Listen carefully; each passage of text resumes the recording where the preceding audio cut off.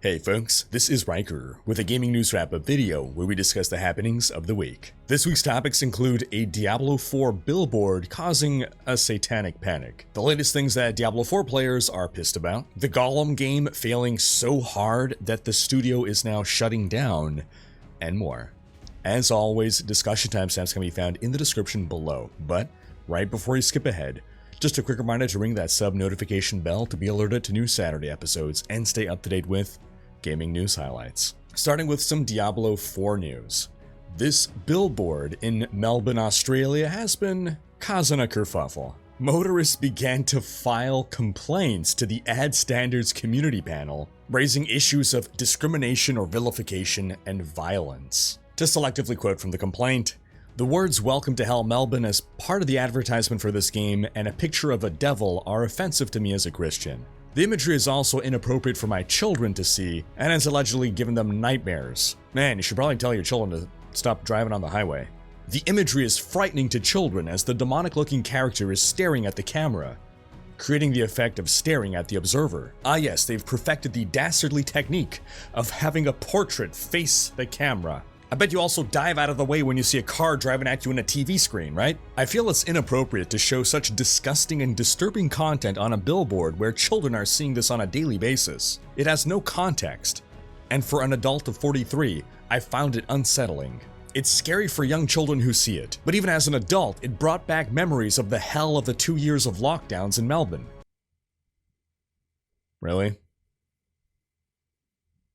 You're gonna make this a pandemic thing? Now, the report also includes the response from the advertisers in which they claim that they have not made any ethics violations. They say that the ads do not include any references to the satanic occult and do not normalize or celebrate it in any way. The ads also do not depict or promote the devil. The Welcome to Hell refers to a fictional location that a person will visit as part of the gameplay in their quest to defeat the fictional villain portrayed in the ads. Given the punctuation, it does not state or imply that Brisbane or Melbourne is hell, and as such is not derogatory to these cities or any of their inhabitants. The ads do not depict or encourage violence. The ads are static images portraying a fictional character, the game's title, a marketing slogan referring to an in-game location, and the game's release date.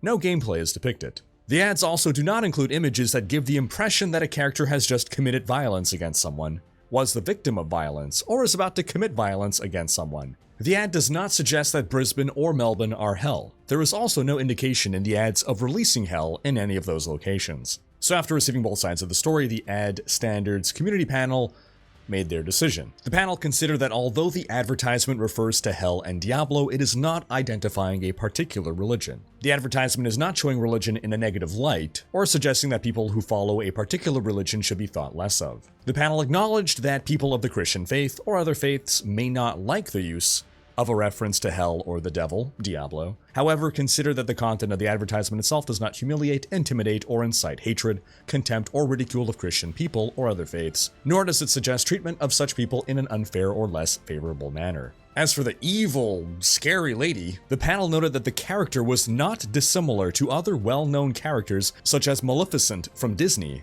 and noted a Melbourne sports team called the Demons. So basically they concluded that there were no breaches made here. I gotta say, if that billboard is giving you nightmares, you've led a very sheltered life. Then in other Diablo 4 news, the Lilith statue, the statue with the names of the 1,000 players who have reached level 100 in hardcore by following all the various rules and stipulations, that is now finalized. All the names have been selected, and now people are getting pissed as they see, hey, wait a minute, my name should be there and it is not there. And obviously there's a lot of room for misinterpretation or misunderstanding, and like, well, how do you know that you should have been there? Well, some people are like, well, the group that I ran with, the other 3 guys, their names are there. We all leveled at the same time. How come my name's not on the list? This has caused a bunch of speculation as to why some people were ruled out for reasons that they don't seem to understand. For a lot of people, they're assuming that they somehow violated the rules of the race, maybe they exploited. Some people are speculating that maybe longer names were just ruled out because they were taking up too much room. Some theories are that certain names were deemed offensive by Blizzard and they didn't want to put them on the statue. Ultimately, we don't have answers yet, but it seems aptly fitting that this statue would end with drama after having begun with drama over the whole, oh, we have a statue, and some people had advanced preparation by having early access to the game, and so they have a head start on the race. Of course, Blizzard then updated the rules to disqualify those people, but it was a whole kerfuffle then. Now there's more kerfuffle, and I ultimately expect any answer that will come out of this will be some general blanket statement that the people that were not included were disqualified on account of not abiding by certain rule X, Y, Z in the terms and conditions, and probably not going to be satisfying for a lot of those players, but it's probably going to be the case. After all, there are literally 3,400 words for the terms and conditions, and I suspect not everyone read every single one of those words. In other news, we got the reveal of Season 1 this week. We got a full video going over the details over here. As a super reductionist summary, legendary gems are coming to Diablo 4 in a different form and about 10 times more mechanically deep, in that you have to go out and hunt for them and find specific monsters, kill the monsters, get different gems to match with different sockets. There's 32 different, they're not gems, they're hearts, but to make the allegory, 32 of these different gems. You want to be farming multiples of these, breaking down the bad ones in order to help better find the ones that you're looking for. We're also getting 6 unique items and 7 new legendary aspects. We got confirmation that all your Lilith altars, all of your Fog of War clearing, and all the renown that you get from that is going to carry over into the season. So you'll be able to start off with, you know, if you've done your full renown, you're going to start off with basically 2.5 renown tiers already completed in every zone. We also got confirmation that Helltide chests previously could not drop unique items because we learned of a patch that would hit later this week, that did already hit, that would enable Helltide chests to drop unique items.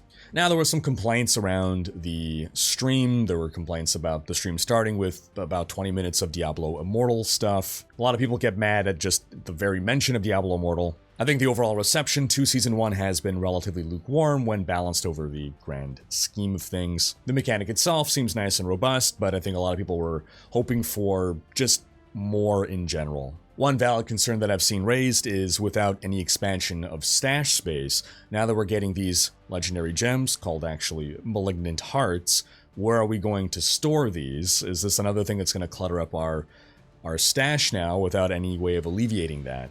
And I've seen other concerns about, ooh, this is going to be pretty harmful to sorcerers. Well, not harmful, but our sorcerers going to be left behind here, because sorcerers have a great amount of difficulty stacking armor. They rely heavily on putting skulls in their jewelry sockets. These Malignant Hearts go into jewelry sockets, so you're going to have to sacrifice the armor that you're getting there.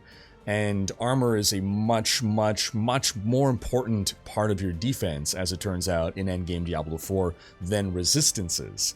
Because intelligence classes like Sorks, they naturally stack a lot of all resist, because intelligence becomes all resist, but while the devs do plan to sort of rescale or rebalance or readjust that, as of right now, it's just a lot harder to build up defense with that, so Sorks are going to be having to make a decision between stacking, you know, new offensive Malignant Hearts or holding on to their defense, or otherwise, I guess, going for defensive Malignant Hearts instead. Ultimately, we'll have to see what exactly these 32 different Malignant Heart effects are, and also what the balance patch that's going to hit on July 18th will do. Season itself starts on the 20th. I got a preparation guide here on everything that you can do to be as prepared as you can be for the launch of Season 1. Now, as mentioned, patch 1.04 then released on that same day. It had a host of bug fixes, and as said, in addition to that, allowed Helltide chests to be able to drop unique items. So what ended up happening? Well, some players and streamers discovered, oh, I just got a super rare Harlequin crest to drop. Huh. And we started to see more and more reports of these Shakos dropping, of the Harlequin crest, one of the 6 super duper rare items in the game. And people started to figure out eventually, oh, what's happening is on Sorks and on Barbs, they have fewer unique helm options than other classes. Therefore, if a unique rolls, it's more likely to be this super unique Harlequin crest. So, big kerfuffle happens in the community as Blizzard then realizes something is out of whack. They lock it, freeze it, they temporarily stop the Helltide chests from dropping the unique items again. And of course, the story starts spreading around that everyone the market got flooded. There's no market. The game just got flooded with Harlequin crests, with these Shakos. Everyone has them now. Super rare item is now everything is ruined. Blizzard fixed whatever they needed to fix on their end to stop these from dropping like hotcakes. And they confirmed that the number of people that got these Harlequin crests to drop, or the number of Harlequin crests that dropped, period, was 142. So they decided they're not going to do any rollbacks, they're not going to remove these items, they're going to let those 142 people keep their Shako, and that's it. Though they did say, in the future, we may need to take action to maintain fairness within the game when a bug or exploit impacts the gameplay of others. The way I see it, when someone is clearly abusing an exploit, yes, action should be taken against them, either remove the item or do something, but in this case, someone could just be playing the game normally, just opening a Helltide chest, they get a Shako. It would be really cruel to take that super rare drop away from them. Now to wrap up Diablo 4 news, just a quick reminder that if you folks are Amazon Prime subscribers, do go claim your free horse armor. I'll drop a link below. You just gotta hook up your Battle.net and your Amazon account. Costs you nothing extra, and you get a cosmetic for it. Then in Overwatch 2 news, we got the release of the first of a 3-part anime series, Genesis Part 1, Dawn. It's a documentary-style anime that covers the rise of Omnics, from the creation of AI to them becoming robots. Part 2 will be premiering on July 13th. And this is all leading up to the release of Overwatch 2 Invasion, which is on August 10th. This is the first set of story missions coming to the game. And the Overwatch 2 executive producer, on a recent stream, told us not to expect any more new missions until a couple more seasons have passed. So it sounds like we'll be well into 2024 before any more story missions come to Overwatch 2 after the ones coming in August. In other news, the little shooter that could, Battlebit, has managed to sell 2 million copies in 14 days. Not bad for a game made by 3 developers. We spoke about this game previously. It's very similar to old Battlefield games, just big, large-scale FPS, very light on the system requirements, and with just a simple one-time pay monetization model at a cheap price. Just goes to show there's still a demand for this kind of game. And maybe the AAA companies have gone far too lost in the weeds to know how to make it pure again. In other news, we got official confirmation from the Dutch government that an actual ban on loot boxes is being sought. Previously, it seemed the Netherlands were moving to regulate loot boxes, but according to most recent information, they seem to be looking to now outright ban them. The thing is, for games that do have loot boxes, what we have observed is publishers just withdrawing their games from those markets. For instance, we've seen this in Belgium where, oh, well, this game has loot boxes. Instead of changing the game, they just don't release their game in Belgium. The war on loot boxes has been ongoing for years now, and governments move slow. To the point that a lot of big publishers got wind of where things were going and started to move away from the loot box model and now more towards the Battle Pass model. In other news, the Gollum game that recently released to disastrous reviews has done so poorly that developer Daedalic Entertainment is going to be shutting down. Daedalic Entertainment is a German publisher and developer of video games. At least they used to be a developer. They have shut down their internal development studio, which made Gollum, and I guess now they're just going to be a publisher. And it's a shame because that studio actually used to make really good point-and-click adventure games. Now, the studio allegedly had plans to make a total of 3 Lord of the Rings games, so the other 2 now have clearly been cancelled. But it still just boggles my mind that this game got released in the state it got released in. It's not even they needed more time to fix XYZ, it's just compounding issues that just made the game ultimately unfun in a number of ways. That it's like, at what point did they not realize this is not a game that we can publish? And I think it just comes to the C-suite people pushing things onto the poor developers and saying, nope, you gotta go, get it out. Then in some Path of Exile news, we got an update on when the next expansion is likely to launch. And that date is probably August 18th, but we'll find out for sure at ExileCon at the end of the month. This does mean that the current league is one of the longest in the history of the game, but it makes sense because they have the convention coming up, they got the big reveals about all the PoE 2 stuff, and they're saving as well the expansion reveal for ExileCon. And lastly, in some super quick Baldur's Gate 3 news, we found out that the game will possess about 75 to 100 hours of gameplay on a standard playthrough.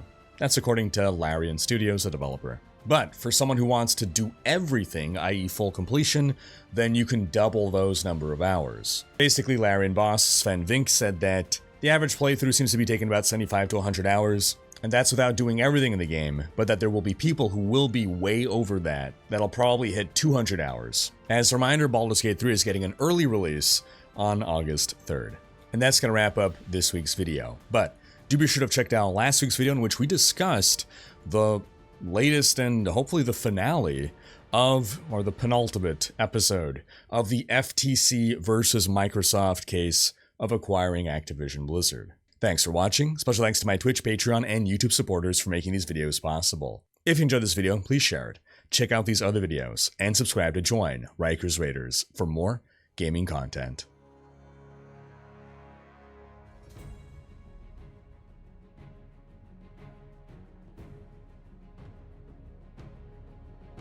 Oh yes, they've perfected the dastardly technique of having the portrait... I can't.